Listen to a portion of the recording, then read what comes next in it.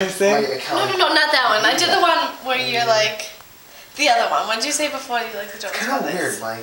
I got Oh, the I got Polar this. Express. Like, don't worry, Kind I of the got Polar this. Express. Like, You isn't said. that kind of How weird? old is he? It's 30. Was that Isn't it? it kind of weird? Yeah. Such a loser.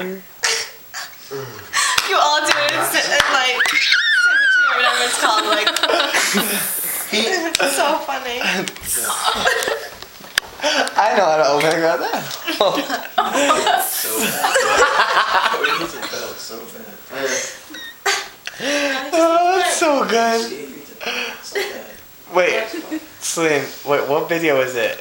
God, what, the one where you said you liked the Polar Express. Oh, I love What did that. Mike say? I don't think I went.